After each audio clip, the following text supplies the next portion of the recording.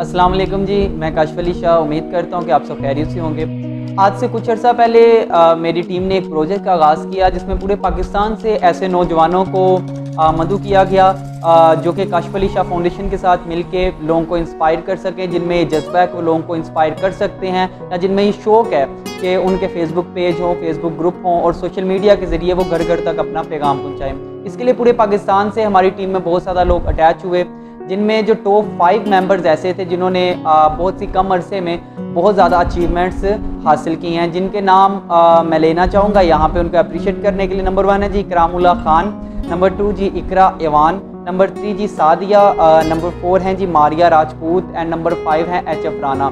ये जो पाँचों मेंबर्स हैं इन्होंने टॉप 5 मेंबर्स का रैंक बहुत मेहनत से हासिल किया और बाकी जो टीम है हमारी सोशल मीडिया टीम है उनके लिए भी ये एक बहुत बड़ी अचीवमेंट है कि उनके इन मेंबर्स ने इस मुकाम को अचीव किया।